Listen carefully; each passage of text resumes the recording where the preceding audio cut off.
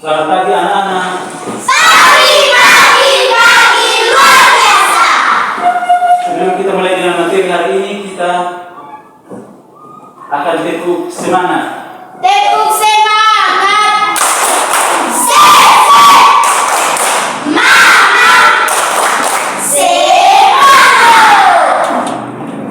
Jadi kita akan berdoa dulu baru kita mulai dengan materi. Saya minta salah satu siswa untuk memimpin kita dalam doa. Mari kita sama-sama menyerahkan doa. Bapa kami di surga, dipersilakan dalam kerajaan-Mu, jadilah kehendakmu di bumi seperti di surga. Berilah kami pada hari ini makan kami secukupnya, dan ampunilah kesalahan kami supaya kami tahu mengampuni orang yang bersalah kepada kami, dan jangan membawa kami dalam pencobaan, tetapi lepaskan kami dari segala jahat, karena Engkau punya kerajaan dan kuasa dan kemuliaan sampai selama-lamanya. Amin. Kita akan mulai dengan materi. Namun sebelum daripada itu kita akan absen dulu hari kita mulai dengan materi hari ini. Anak-anak Putra Selang, Adik Pak. Alfiana Terbencu, Adik Pak. Artin Gaspar Tafuli, Adik Pak. Diego Jetamono, Adik Pak. Maria, Adik Pak. Jenny Latuna, Adik Pak. dan Johan J. Sila. Adik Pak. Jadi kita akan mulai dengan materi hari ini. Materinya berbicara tentang jenis-jenis pekerjaan dan tugas manusia. Yang pertama, pengertian pekerjaan. Kita sebagai manusia, kita harus perlu bekerja dalam kehidupan kita setiap hari. Yaitu pekerjaan adalah suatu yang dilakukan manusia untuk tujuan tertentu. Dan untuk mendapatkan uang, manusia harus bekerja. Di balik itu, pekerjaan harus yang baik. Kita harus bekerja dalam pekerjaan yang harus baik. Namun, bekerja yang baik adalah pekerjaan dengan cara yang tulus dan ikhlas. Jangan sampai kita bekerja, kita memilih pekerjaan yang tidak baik, kita pikir bahwa itu pekerjaan yang baik. Tetapi Tuhan bilang pekerjaan yang kita memilih adalah pekerjaan yang tidak baik. Dan kita masuk dalam item yang kedua, yaitu pekerjaan dan tugas-tugas pekerjaan. Yaitu yang pertama, astronot adalah seseorang yang bekerja di luar angkasa, yang sudah memenuhi pelatihan penerbangan antariksa untuk memimpin atau menerbangkan dan jadi awak pesawat antariksa. Dalam arti orang yang bekerja untuk menerbangkan pesawat, kita menyuruh dia untuk bekerja kebun. Berarti di balik itu dia tidak tahu pekerjaan yang dia harus lakukan. Jadi semua pekerjaan yang Tuhan berikan kepada kita adalah tugas dan tanggung jawab kita sebagai umat pilihannya.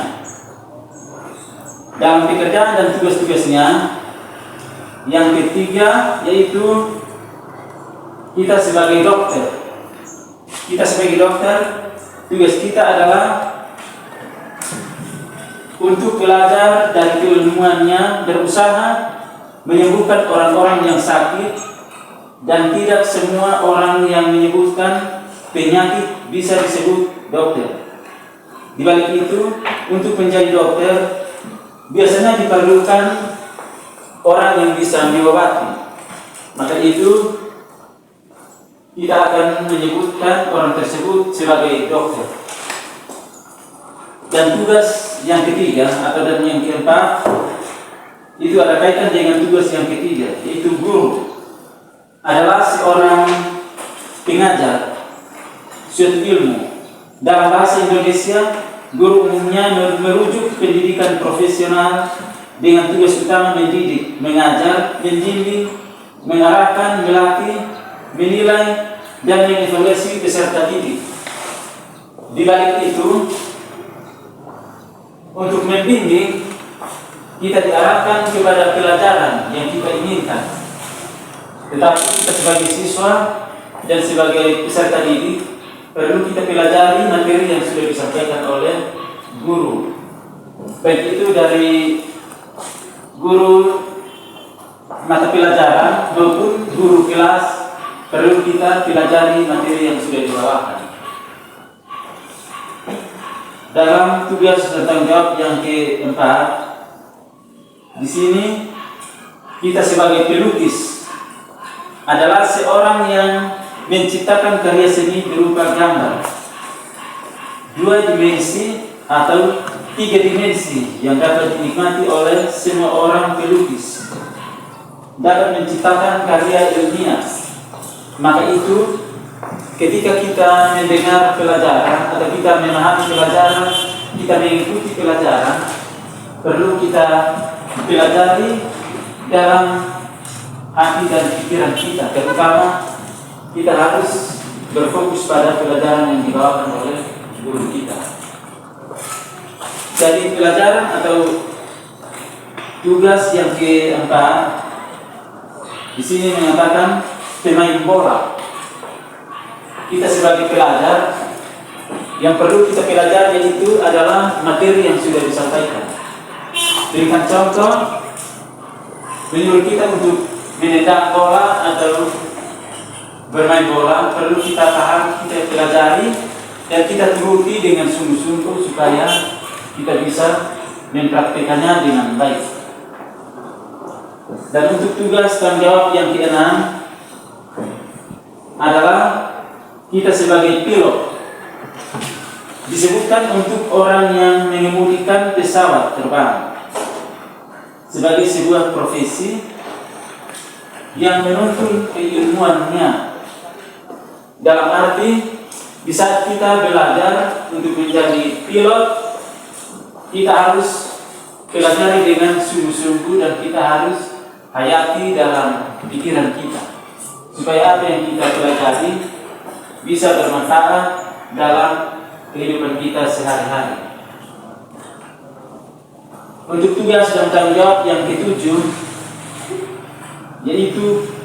yaitu polisi adalah suatu peranatan umum sipil yang mengatur tata tertib. Dan dahulu kadangkala panitia atau peranata ini bersifat militaritas seperti di Indonesia sebelum Polri dilepas dari ABRI. Dalam arti tugas polisi itu untuk mengamankan semua kegiatan atau semua perilaku yang tidak sesuai dengan kehendak polisi atau keamanan di dalam lingkungan kita. Jadi kita sebagai pelajar atau sebagai peserta didik perlu kita mempelajari aturan-aturan polisi. Jadi untuk kegiatan atau tugas dan tanggung jawab yang ke-8 yaitu bidan adalah sebutan bagi orang yang belajar di sekolah khusus untuk menolong perempuan saat melahirkan. Jadi di saat perempuan melahirkan itu kita harus membutuhkan bidan supaya bidan yang akan merawat dan menjaga supaya perempuan bisa melahirkan dengan baik dan selamat. Dan untuk tugas dan tanggung jawab yang ke-9 adalah masinis. Itu bagi orang yang bertanggung jawab untuk menjalankan kereta api. Berasal dari bahasa Belanda, yaitu yang sebenarnya berarti juru mesin. Dalam arti di saat orang yang menjalankan kereta api itu dia sebagai juru mesin. Tugasnya atau pekerjaannya untuk menjalankan kereta api. Dan yang ke-10 itu adalah koki. Koki atau juru masak bagi orang yang menyiapkan makanan untuk disantap. Istilah koki pada suatu dapur, rumah makan atau restoran biasanya merujuk pada orang yang kreatif terhadap menu dan memiliki sedikit atau tanpa pengaruh apapun terhadap dapur. Berarti orang yang disebut koki itu adalah orang yang tugas dan tanggung jawabnya di bagian dapur atau bagian konsumsi untuk memasak ketika kita memakan, kita harus menghadap ke kuki atau ke orang yang bagian dapur, supaya apa yang kita memakan dan kita meminum akan disiapkan oleh orang-orang tersebut, itu orang yang di bagian dapur. Jadi namanya kuki. Dan yang terakhir, ada beberapa pertanyaan di sini yang saya berikan atau saya ajukan kepada siswa-siswa untuk bisa menjawab pertanyaan-pertanyaan yang ada. Yang pertama, apa yang dimaksud dengan pekerjaan? Yang manusia harus melakukan aktivitas. Berarti kita sebagai manusia itu kita perlu beraktivitas, dalam arti kita menjalankan tugas dan tanggung jawab yang diberikan Tuhan kepada kita. Yang kedua, apa tujuan orang bekerja? Untuk mencapai tujuan. Berarti di saat kita bekerja, tujuan kita untuk mencapai hasil yang baik atau tujuannya untuk bekerja. Jadi kita bekerja dengan pekerjaan yang baik. Dan yang ketiga, pekerjaan seperti apa yang kamu inginkan? Pekerjaan yang baik.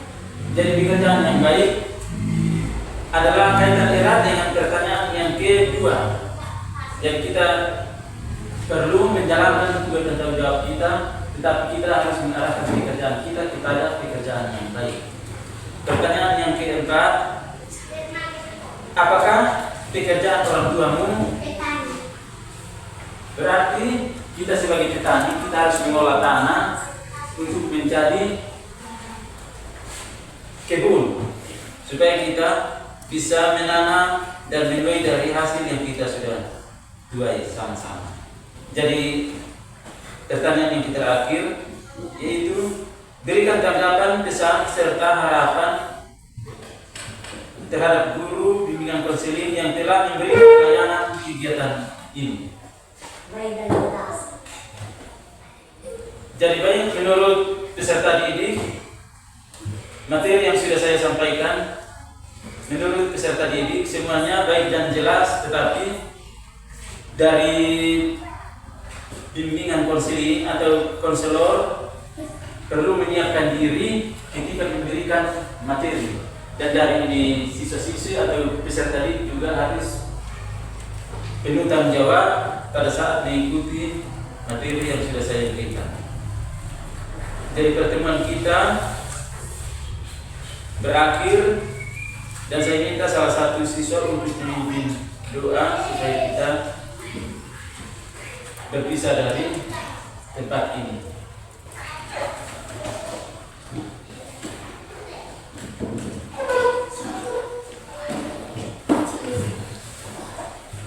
Mari kita sama-sama menghadapkan doa. Mari kita berdoa. Bapa kami di surga, dikuduskanlah namamu, datanglah kerajaanmu, jadilah kehendakmu di bumi seperti di surga. Berikan pada hari ini makanan kami secukupnya, dan berikan kesalahan kami seperti kami telah mengampuni orang yang bersalah kepada kami. Dan jangan membawa kami pada pencobaan, tetapi lepaskanlah kami dari penjahat, karena Engkau adalah kerajaan dan kuasa dan kemuliaan sampai selama-lamanya.